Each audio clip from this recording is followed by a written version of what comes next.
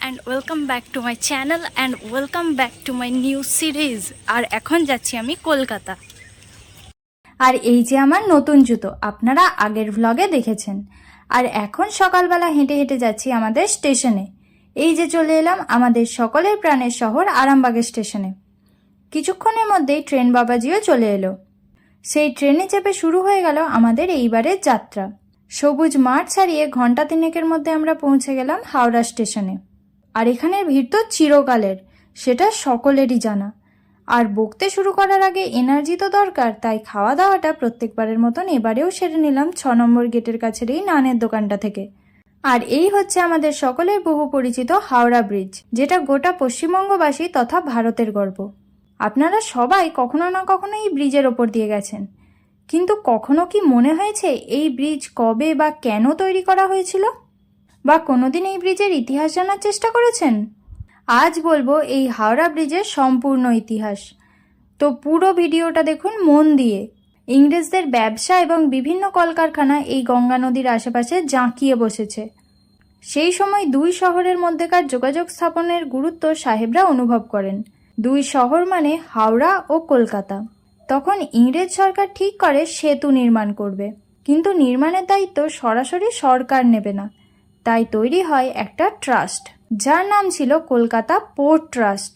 এই ট্রাস্টের অধীনে 1870 সালে তৎকালীন বিখ্যাত ইঞ্জিনিয়ার স্যার ব্রাডফোর্ড লেসলির নকশায় 1528 ফুট লম্বা ও 62 ফুট চওড়া ফোল্ডেবল ব্রিজ তৈরির কাজ শুরু হয়।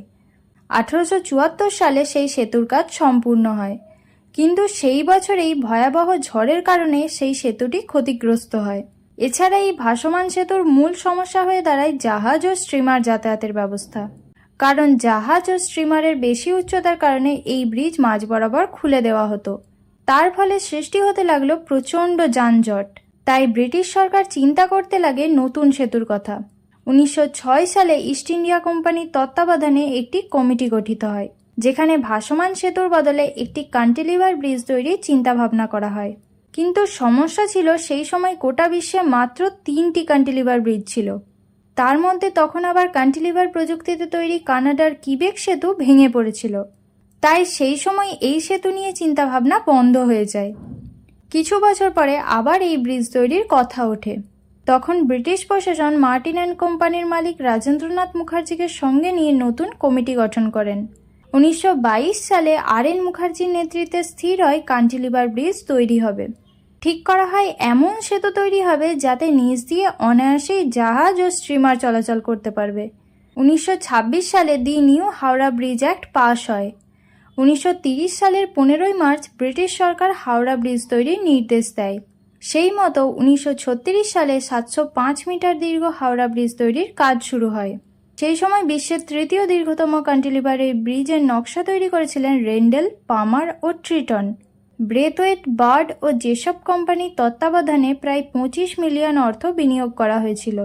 এই সেতুতে প্রায় 26,500 টন স্টিল ব্যবহার করা হয়েছিল, যার মধ্যে 23,000 টন স্টিল ছিল টাটা স্টিলের। কোনো নাট বল্টু ছাড়া দাঁড়িয়ে থাকা হাওড়া ব্রিজের ওপর দিয়ে বর্তমানে প্রতিদিন প্রায় ছুটে চলেছে 3 লাখ যানবাহন। 1943 সালের ফেব্রুয়ারি মাসে জনসাধারণের জন্য এই ব্রিজ খুলে দেওয়া হয়। এই ব্রিজের প্রথম যান ছিল কলকাতার ঐতিহ্যবাহী ট্রাম। এই সেতু আমাদের পশ্চিমবঙ্গ তথা গোটা ভারতবর্ষের গর্ব। এরকম সেতু গোটা বিশ্বে আর একটাও নেই। এর খেয়াল রাখার দায়িত্ব আমার, আপনার সবার। এটার খেয়াল রাখুন আর হাওড়া ব্রিজের এই ইতিহাসটা শেয়ার করে সবাইকে দেখার সুযোগ করে দিন।